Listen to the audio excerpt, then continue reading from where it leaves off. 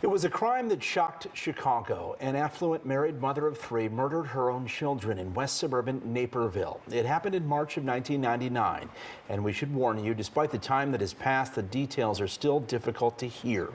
Nicholas was 7, Emily 6, and Thomas just 3 years old. Marilyn Lemack drugged her children, then smothered them before attempting and failing to take her own life. That is her current prison mugshot. Lemack is serving a life sentence and has never before granted an interview to a local news reporter. Former Tribune columnist Eric Zorn changed that. He now writes at Picayune Sentinel. You can find it on Substack. Eric, you spent nearly an hour talking to Lemack. Why did she decide to speak now?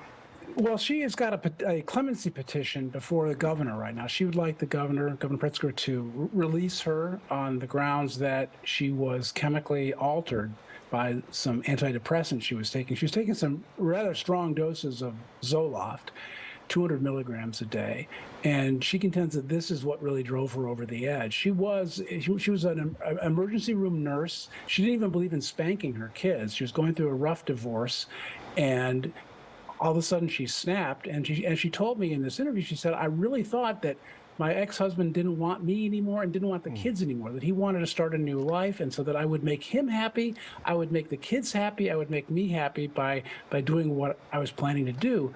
And of course, she realizes now that that was a completely crazy and awful thought, and the result was horrific, clearly.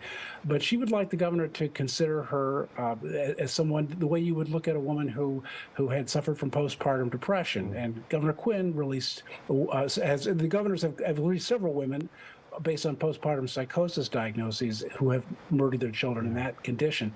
So that's her hope right now. She had a clemency hearing in front of the Prisoner Review Board down in Springfield, and we're sort of awaiting the results of that recommendation that will go to the governor confidentially, and then the governor will make a decision about that. So, yeah, Eric, that's...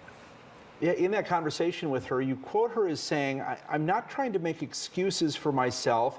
I'm not trying to say, oh, it wasn't me, it was just the medication, but I'm trying to understand what happened. How did this happen? And that is a question those of us who covered the crime and the trial have also asked repeatedly. What is her answer? If she's not blaming the antidepressant entirely, what is her answer as to why? Well, I think the answer for that is that, yes, she did what she did, and she wasn't completely helpless, but that the influence of these drugs was so strong that it ended up pushing her into this, like I said, this act of madness. She has asked, I think she will be asking for a new trial if she doesn't get the relief from the governor.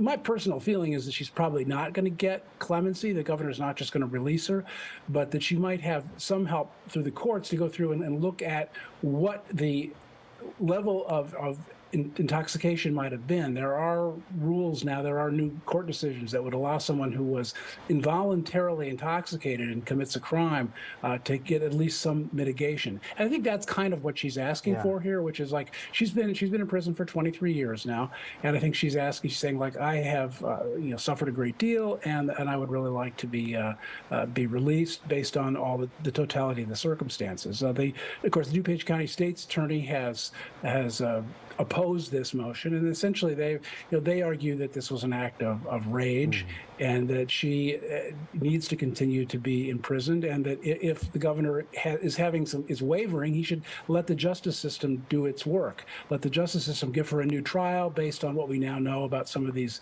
antidepressants, and see where it goes from there. All righty. Eric Zorn, thank you so much for being with us. We appreciate it. Thanks, Ben. And again, you can find Eric at Substack, the Picayune Sentinel. His work also occasionally appears in the Daily Herald. We appreciate it. Thanks, Eric. Thanks, Ben.